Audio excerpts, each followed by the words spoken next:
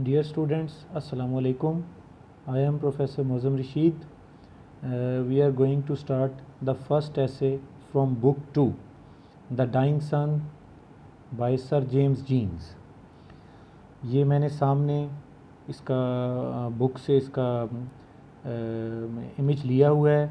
आप सारे अपनी बुक से इसको फॉलो करेंगे. This essay is actually a scientific theory, a scientific notion. ये एक साइंसी नज़रिए पर मबनी है.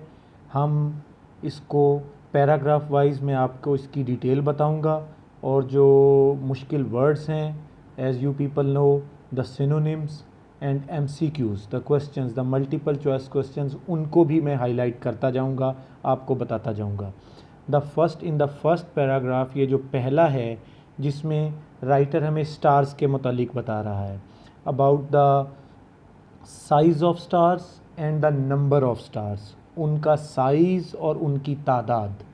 Sir James Jeans is of the view that there are some stars in the universe which are bigger than the earth even, जो ज़मीन से भी बड़े हैं, इतने बड़े हैं कि उनको ज़मीन में समो दिया जाए फिर भी जगह खाली बच जाएगी. और फिर आगे वो हमें बताता है द नंबर ऑफ स्टार्स, कि उनकी तादाद क्या है. दुनिया में जितने साहिल हैं, समंदरों के साहिल, उन पर जितनी रेत के ज़र्रे हैं, उनसे भी ज़्यादा सितारों की तादाद है. The number of stars is probably something like the total number of grains on the sea shores of the world. दुनिया के तमाम साहिलों पर रेत के ज़र्रों की तादाद से भी ज़्यादा सितारों की तादाद है. यानी पहले पैराग्राफ में we have come to know about the number of stars and the size of stars. Now the second paragraph, in which the writer Sir James Jeans tells us about the movement of stars, how they move. वो move कैसे करते हैं universe में.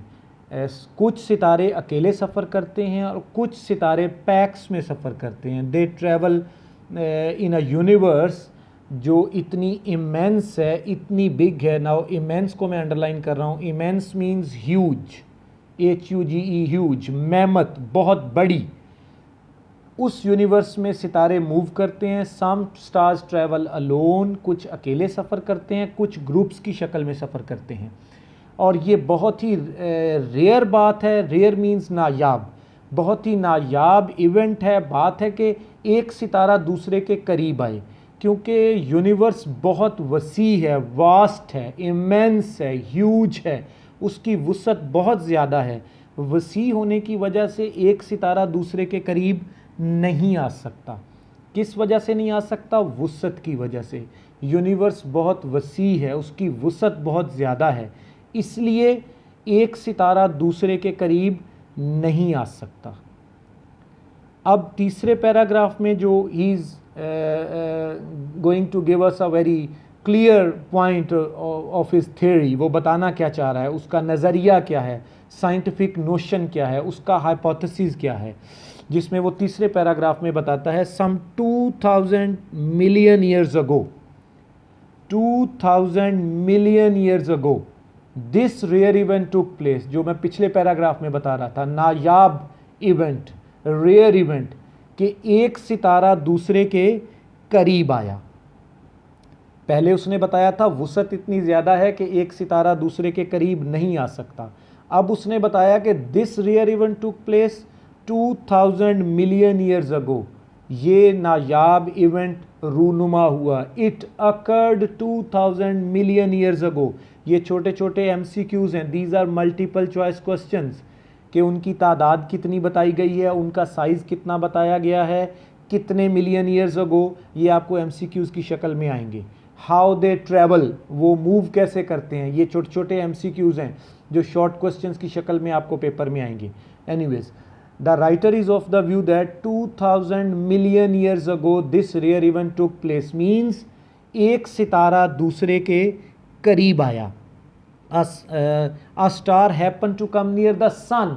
एक सितारा सूरज के करीब आ गया और उस पर टाइड्स पैदा हुई. जैसे आप पानी में बहुत बड़ा पत्थर मारें तो उसमें एक छपाका पैदा होता है ज़ोर की वजह से, वज़न की वजह से. अब एक सितारा सूरज से आके टकराया और बहुत बड़ी टाइड्स पैदा हुई, लहरें पैदा हुई बहुत ऊंची, जैसे हमारे समंदरों में पैदा होती हैं उससे कई हजार गुना ऊंची लहरें पैदा हुई।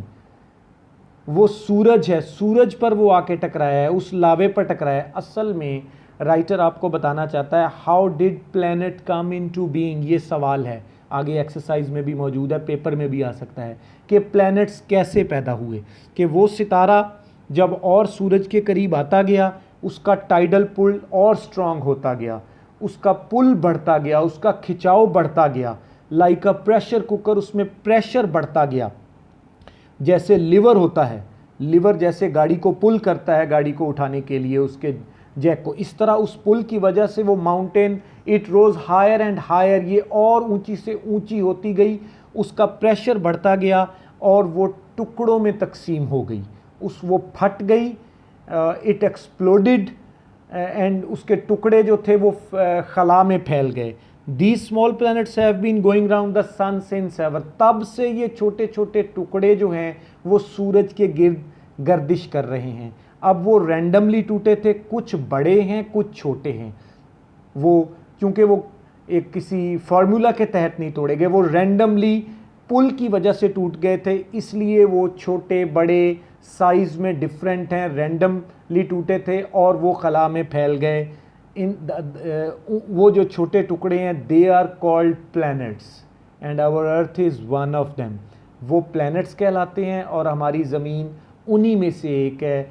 दिस इज़ द वे, जो राइटर हमें बताना चाह रहा है, the way the planets came into being, planets इस तरह बने थे। And I have already told you this is a scientific theory, this is a scientific notion, ये एक साइंसी नज़रिया है बाय सर जेम्स जीन्स, एक हाइपोथेसिस है about the planets, the way the planets came into being. Now the third paragraph. In the first lecture we will discuss the first page, the first 1, 2, 3, 4 paragraphs. In the next lecture we will try to finish this chapter. Now the last paragraph of this page. The sun and the other stars, they are extremely hot. वो बहुत गर्म है because of the rays of the sun, क्योंकि उनको सूरज अपनी रोशनी देता है, उनकी अपनी कोई रोशनी नहीं है। अब जैसे ही वो जो टुकड़े टूटे थे वो सूरज के करीब थे, जैसे ही वो दूर होते गए वो ठंडे होते गए, क्योंकि उनकी अपनी कोई हीट नहीं है, वो आहिस्ता आहिस्ता ठंडे होते गए, सूरज से दूर होते गए, हीट कम होती गई और वो ठंडे होते गए। And in course of time, gradually as they became cooler, course of time these cooling pieces gave birth to life. इन्हीं जो ठंडे हुए टुकड़े थे उन पर जिंदगी मार्ज़े वजूद में आई। अब यहाँ राइटर एक बहुत इंपॉर्टेंट बात कर रहा है जो पेपर में क्वेश्चंस भी अक्सर आते हैं बोर्ड के पेपर्स में। We don't know how when और व्हाई दिस हैपेंड। अब ये इंपॉर्टेंट क्वेश्चन, कब कैसे और क्यों the life came into being on one of these cooling pieces, कब क्यों और कैसे ये नहीं पता, बट फिर भी वो इसको एक्सप्लेन करेगा। He believes, sir James Jeans believes that life started in simple organisms, जिंदगी छोटे छोटे टुकड़ों की ऑर्गेनिज्म की, माइक्रोब्स की, पार्टिकल्स कह सकते हैं उन्हें, माइक्रोब्स कह सकते हैं, जर्म्स कह सकते हैं, उस शक्ल में शुरू हुई थी। Whose chief power was reproduction, और उन टुकड़ों की, उन ऑर्गेनिजम्स की, उन माइक्रोब्स की जो चीफ पावर थी वो रिप्रोडक्शन थी, यानी वो मरने से पहले रिप्रोड्यूस करते थे खुद को, अपनी रिप्रोडक्शन की पावर रखते थे। एक्सेप्ट रिप्रोडक्शन उनकी और कोई पावर नहीं थी। जैसे उसने पहले बताया how when and why nobody knows it, कोई नहीं जानता कब क्यों और कैसे हुआ, लेकिन एक हाइपोथेसिस थ्योरी ये है कि it started in simple organisms, कि ये सिंपल सादा ऑर्गेनिज्म, माइक्रोब्स, जर्म्स, कुछ भी उनको, बैक्टीरिया, इस शक्ल में शुरू हुई थी और उसकी चीफ पावर रिप्रोडक्शन थी।